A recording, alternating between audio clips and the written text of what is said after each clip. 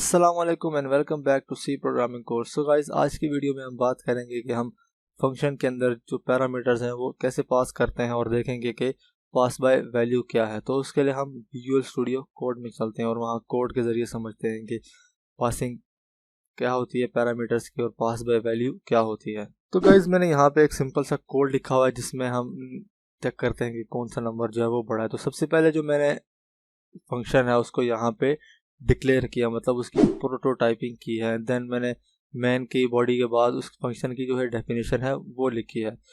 सो ये फंक्शन है, ये दो आर्ग्यूमेंट्स जो है वो ले रहा है। सो जो पैरामीटर्स होते हैं वो वैल्यूज़ होती हैं कुछ जब जो हम प्रोवाइड करते हैं जब हम फंक्शन को कॉल करते हैं मेन फंक्शन के अंदर। जो पैरामीटर्स होते हैं वो हम जो पैरेंथेसिस होती है जब हम फंक्शन को कॉल करते हैं उसकी पैरेंथेसिस जो होती हैं उसके अंदर जो है वो उनकी वैल्यूज़ लिखती हैं, या फिर हम लोग की वेरिएबल जो है वो पास करवाना है तो हम वो यहाँ पे जो है वो लिखते हैं। अगर एक से ज़्यादा जो पैरामीटर्स हों तो फिर हम उनके दरमियान जो है कोमा लगा के फिर उनको लिखते हैं। कोई ऐसे फंक्शन भी होते हैं जिसके अंदर जो पैरामीटर्स जो हैं वो नहीं होते, तो उसके लिए फिर हम जो है वो एम्प्टी पैरेंथेसिस के साथ जो फंक्शन का नाम है वो लिखते हैं। हम यहाँ पे वेरिएबल्स भी जो है वो एज अ पैरामीटर पास करवा सकते हैं और एज अ कांस्टेंट हम लोग कोई नंबर जो है वो यहाँ पे पास करवाना है पैरामीटर्स एज अ पैरामीटर, तो हम वो भी जो है करवा सकते हैं। सो जो पैरामीटर्स का टाइप होनी चाहिए और जो उनका सीक्वेंस होना चाहिए वो जो हमने फंक्शन डिक्लेरेशन में लिखा है और जब फंक्शन कॉल करते हुए पास करवाते हैं वो सेम होना चाहिए।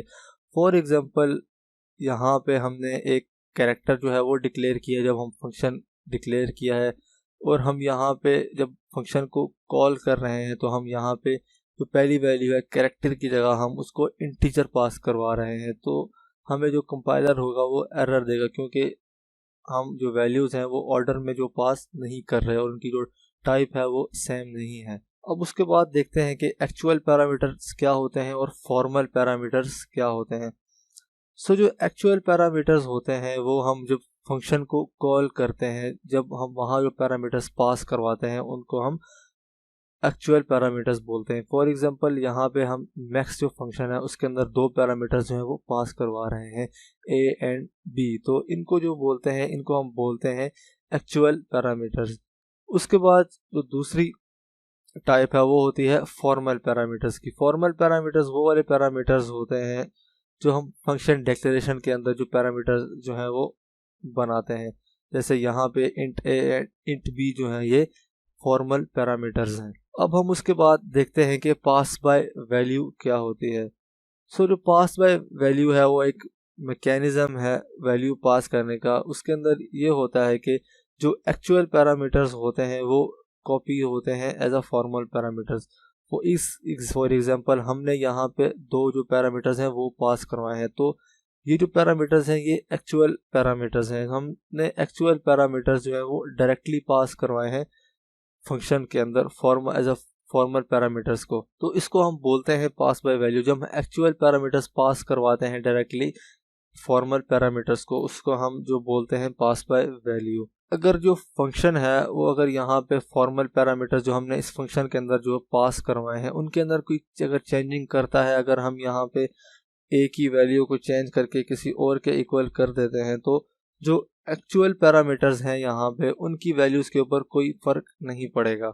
इनकी वैल्यूज़ जो है वो सेम ही रहेंगी। a = 5 b = 9। मैंने हम यहाँ बेशक a की वैल्यू को चेंज कर दें, b की वैल्यू को चेंज कर दें, यहाँ पे और भी कोई वैल्यूज़ हो सकती हैं, उनकी वैल्यूज़ को हम यहाँ चेंज कर दें, तो जो एक्चुअल पैरामीटर्स होंगे जो मेन फंक्शन के अंदर हम फंक्शन को पास करवाते हैं उनकी वैल्यूज़ के ऊपर कोई भी फ़र्क नहीं पड़ेगा। तो इसको हम बोलते हैं पास बाय वैल्यू, जब हम जो एक्चुअल पैरामीटर्स होते हैं वो कॉपी करवाते हैं फॉर्मल पैरामीटर्स के अंदर। तो आज की वीडियो में हमने देखा कि हम पैरामीटर्स को कैसे पास करवाते हैं और एक्चुअल पैरामीटर्स क्या होते हैं और फॉर्मल पैरामीटर्स क्या होते हैं, और फिर हमने देखा कि पास बाय वैल्यू क्या होता है। सो आज की वीडियो के लिए इतना ही। अगली वीडियो में हम देखेंगे कि पास बाय रेफरेंस क्या होता है। मिलते हैं नेक्स्ट वीडियो में, तब तक के लिए अपना ख्याल रखिए। अल्लाह हाफिज़।